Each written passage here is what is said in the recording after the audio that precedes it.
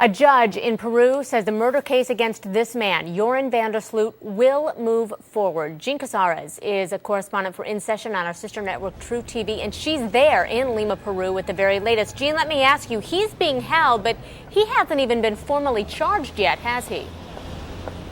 No, you're exactly right. Christy, I want everybody to look at the building behind me. This is the National Peruvian Police Department of Criminal Investigations building, and that's where Joran van der Sloot is. He is staying in a cell. He is in a single holding cell as this criminal investigation continues. You know, it was just yesterday that the judge said that there needed to be more time for criminal investigation.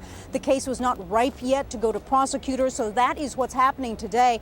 And Christy, the last we heard is that there may be a deposition in hand for Joran van der Sloot. Now, that is where it is sworn, it is under oath. He would be asked questions, he would answer questions, but the holdup is they are waiting for an official Dutch translator before this deposition would take place. Now, we have also confirmed that he does have an attorney by his side, a type of public defender attorney at this point. Whether that attorney will try to stop that deposition or not, we don't know at this point.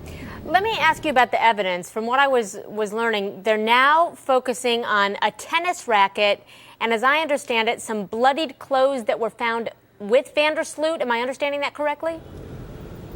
No, you exactly are. The video that was just released that you've been showing on HLN, where he actually spoke with Interpol, that is when he was crossing the border, they were talking with him. Well, he had his belongings with him at that point. He also had a computer. He had business cards.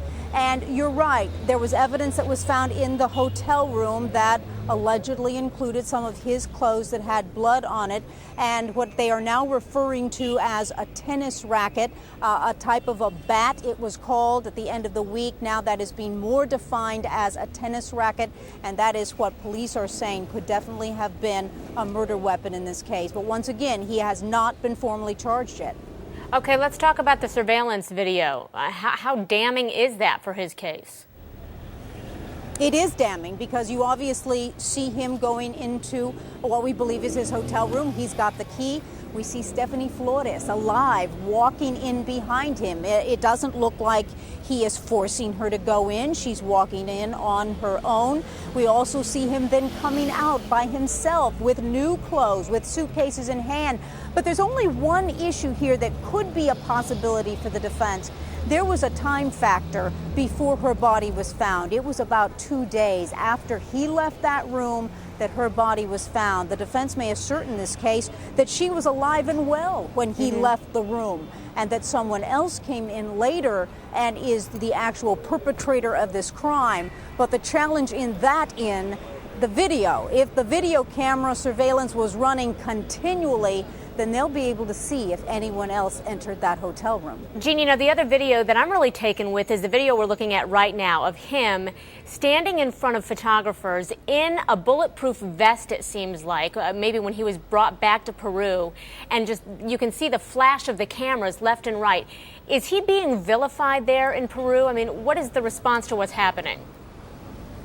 Well, let me tell you what I've learned since I've been here. In this culture in Peru, they do not associate this with vilifying him. They associate this with just giving public notice to the country that they have him in custody. So just like we get notice of certain things in the United States, this is the way they give notice that someone is in custody being held. You know, since I've been here, I want to tell you this is front page news in the country of Peru. This is the legal story that everyone is talking about. I have also learned that there are surveillance cameras on almost every major public street. As I was coming in so late last night, I was talking to the taxi driver, and he drives the highways of Lima continually. He said that there is surveillance on almost every highway, not the smaller ones, but the major ones, yes.